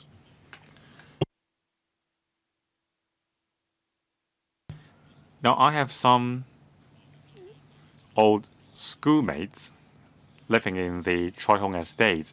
Now, the Choi Hong estate is going to be redeveloped soon.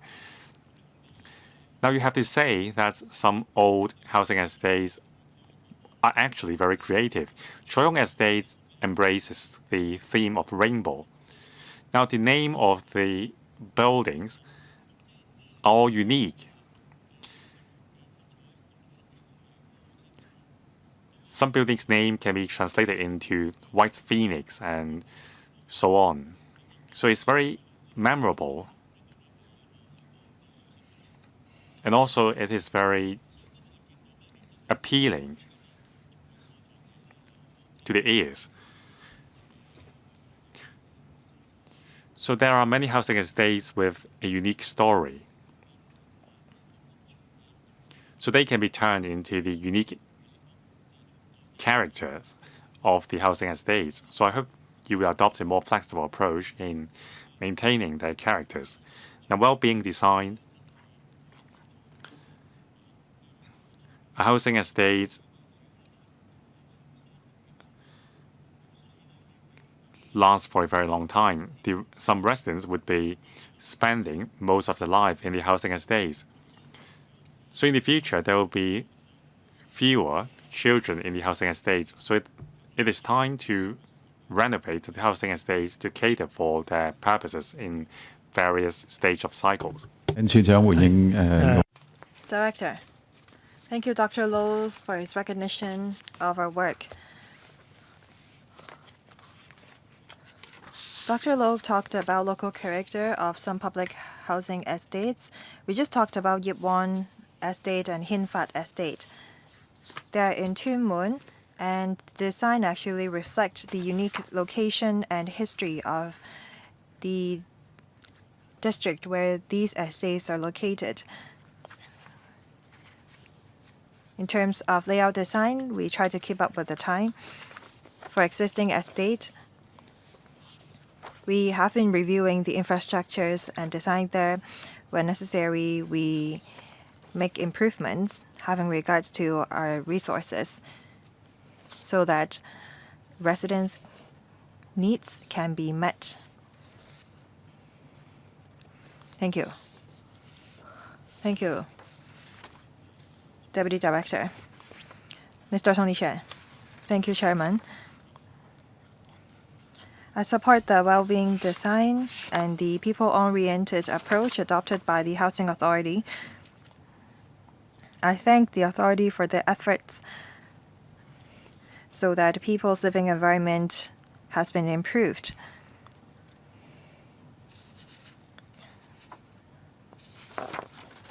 In Hin Fat Estate, the government have introduced ceramic elements into the design. We just talked about how we can make the most out of the space that we have. We have to make sure that we are not sacrificing the practicality of the infrastructures by implementing innovative design. I am concerned about greening of public housing projects.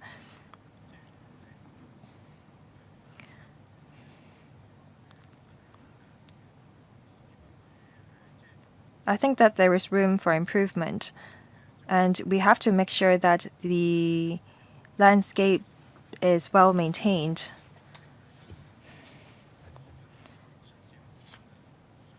People have been talking about the maintenance of vertical greening. I don't think that there is much vertical greening in public housing projects. The problem is with maintenance. When it was first implemented, the plants on the walls are usually very green and beautiful, but as time goes on, the plants die out and it becomes very ugly. Second, I know that the authority conduct a facade beautification for 10 estates, and landscape improvement is done on some 20 public housing estates. I wonder how you accord your priority. Do you have, say, a public housing aging indicator to accord different priorities or order to such facade beautification or landscape improvement works? Deputy Director, thank you. We attach a lot of importance to greening of public housing projects. We try to achieve no less than 30% green coverage in public housing estates and projects. The member is right. Some vertical greening is done very well. For some, we need to continue to improve and maintain them. We will have regards to the demand of irrigation and daylight to the plants that we choose to plant for vertical greening. Under the well-being design guide, we recommend the design team to put in place lawns. We have regards to the pedestrian pathways, daylight, ventilation before we plan for different forms of greening. Mr. Hong, please supplement. Thank you. As we've explained in the PowerPoint presentation, we have been pulling together some fragmented planters into community lawns. We try to open up some of the gardens so that residents can be more involved in the greening of estates. Regarding the facade beautification and landscape improvement works, we have some 200 public housing estates in Hong Kong. For younger ones, we don't need to do improvement. We take into account the resources that we have to accord different priority.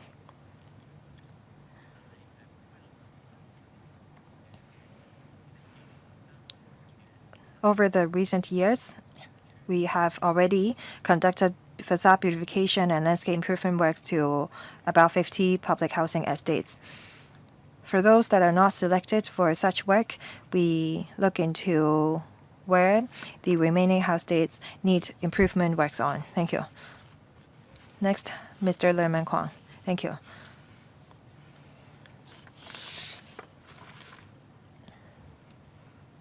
As a LegCo member and a HK member, as someone who has been serving residents of public housing estates, I see that the Housing Department and Housing Authority have been trying to improve and enhance the environment of public rental housing estates and improve the lives of the residents.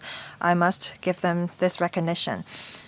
For new housing estates under the Wellbeing Design Guide, their environment are definitely better.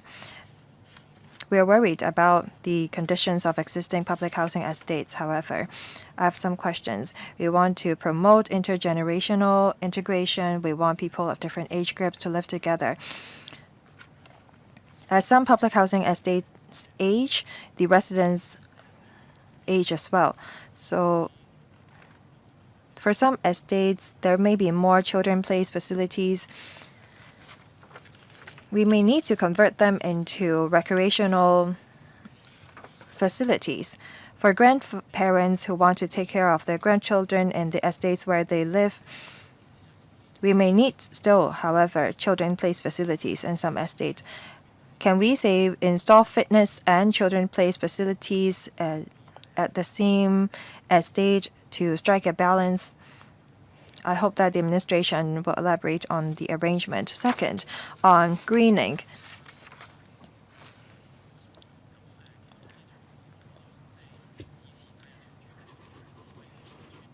I know that many public housing estate residents want to see community garden or nursery at their estates.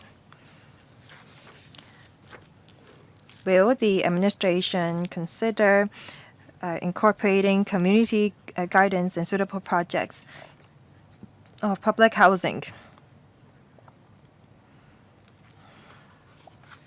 We pride ourselves with the bridge at Hoi Tat Estate, but the opening hours of the bridge is from 5 a.m. to 1 a.m.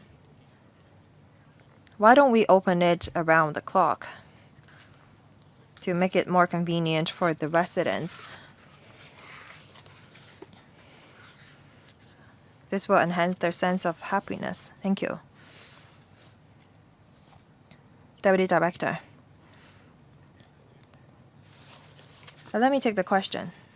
Mr. Hong, please. Thank you. We want to achieve intergenerational integration in old and new public housing estates. We have installed additional recreational and fitness facilities for the elderly in different public housing estates. We have 200 estates in Hong Kong, and we have 2,500 sets of fitness facilities for the elderly and 2,900 children's play facilities. We want to encourage intergenerational integration. We want grandparents to be able to enjoy facilities in the estate near their grandchildren. For nurseries and community gardens, we know that they're very popular. This scheme was implemented in 2008 and 2009, and originally there were only 5 estates with such gardens, and now we have 100 estates with such community gardens. In new public housing estates, we are going to set aside site for this type of garden. Regarding the bridge at Hoi Tat Estate, Because this bridge is near residents, and as the bridge is quite long and there could be nuisance at nighttime when people use the bridge. At the initial stage, we try to keep an open mind by opening the bridge for long hours. It used to be opened from 6 a.m. to midnight. And starting from last year, the bridge will only be closed off from 1 to 5 a.m. We will listen to the views of the residents to see if we need to extend the opening hours. However, some residents may think that there's nuisance coming from the bridge if we extend the opening hours. Thank you. Next, Ms. Judy Chan. Thank you. Thank you, Chairman.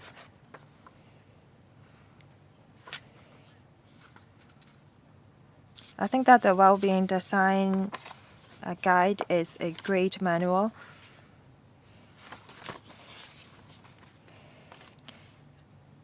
There are indeed big changes brought by small designs, and the cost involved in making such changes is not high. My first question is about cost effectiveness.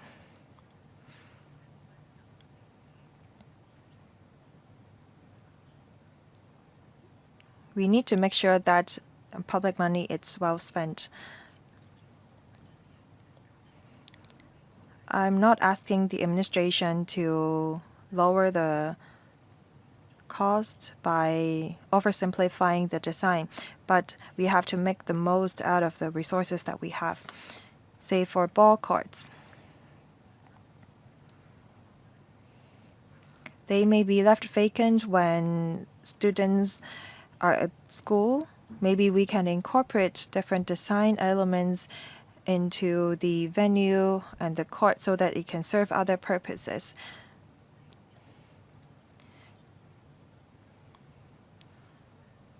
Many members and the HA staff visited the mainland for visits.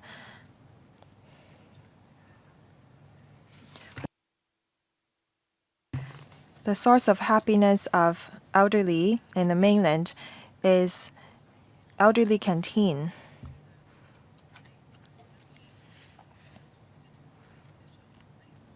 There are many organizations who want to organize and operate such elderly canteens. Can we not consider such an idea? Apart from putting in place open space and communal space for elderly to chat and play chess, can we also offer such kind of a facility? That's my suggestion. Second,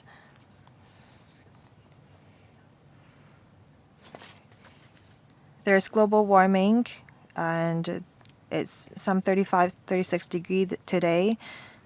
I know that the administration has done much on greening, but I think that you should adopt a more targeted approach to lower the overall temperature. For example, altering the type of paint that you use for walls and install and build more pavilions at public housing estates. I think that there is such a demand for such facilities because we are seeing global warming and there will be more hot days in the future. Thank you. Thank you, Chairman, and thank you, Ms. Judy Chan. Now, your suggestions are great. Cost effectiveness is our concern. We are using different means to enhance cost effectiveness. For example, the well-being design in terms of playscape for children. Now, recently, we have conducted a study tour, a study visit in the mainland to learn about the most trendy playscape and also digital means, digital entertainment in playscapes.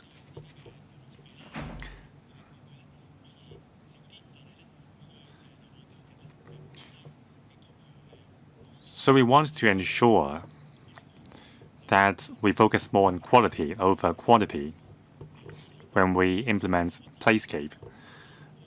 And also, we may not need a plastic mat covering the entire playground. For some part of the playground, we can just use floor paint. Now, in terms of space, there is a lot of flexibility under the well-being design guideline. So in the future, we look forward to reviewing the well-being design guidelines with more partners to create more room for cooperation. Now, environmental friendliness and greenery is our focus as well. To design the construction method and the construction materials, all of them are green. Now we will monitor the attrition rate of our facilities.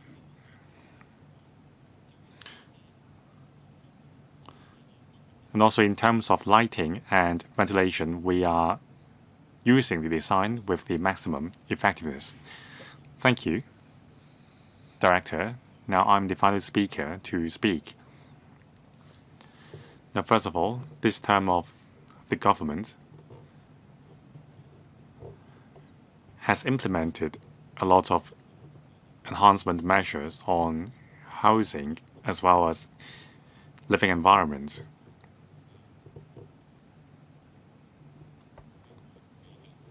Now, compared with other terms of government, this term of the government has done most in terms of improving the living environments for residents. Now, like other members have said, we all applaud the well-being design. So my question is, since there is a consensus among the public that the government should fully implement the well-being design in old and new housing estates, what we have is still a set of guidelines only. It is voluntary. So will the government mandate compliance in certain areas rather than just do your best? Now, in some housing estates,